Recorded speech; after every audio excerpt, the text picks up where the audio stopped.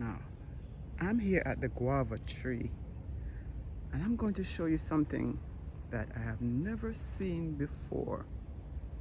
Look at this beautiful white flower. Look at this. In fact, there are two of them. I've never had the privilege of seeing this happen on the guava tree. Have you ever seen this? Wow. Such a beautiful sight. And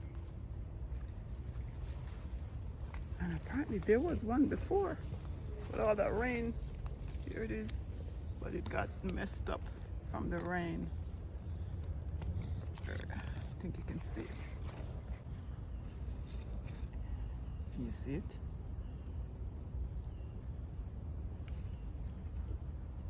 It's hard to see. We can see this one though. That's what it looks like before it gets old.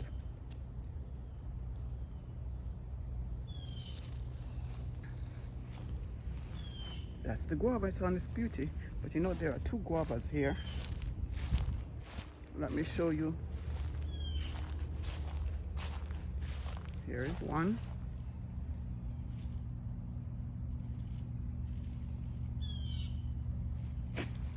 And another one.